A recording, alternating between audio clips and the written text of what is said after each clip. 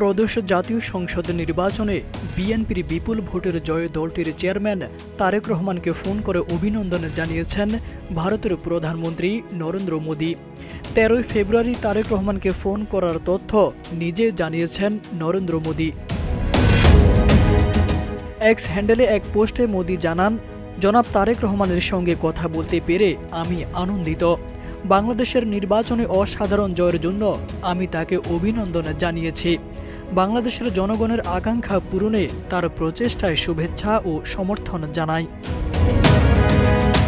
তিনি লিখেছেন, গভীর শেকড়ে আবদ্ধ ঐতিহাসিক ও সাংস্কৃতিক সম্পর্কযুক্ত দুই ঘনিষ্ঠ প্রতিবেশী হিসেবে আমি আমাদের উভয় দেশের শান্তি, অগ্রগতি এবং সমৃদ্ধির প্রতি ভারতের অব্যাহত প্রতিশ্রুতি পুনর্ব্যক্ত করেছি। তারেক আজিজ খান, প্রজন্ম 24।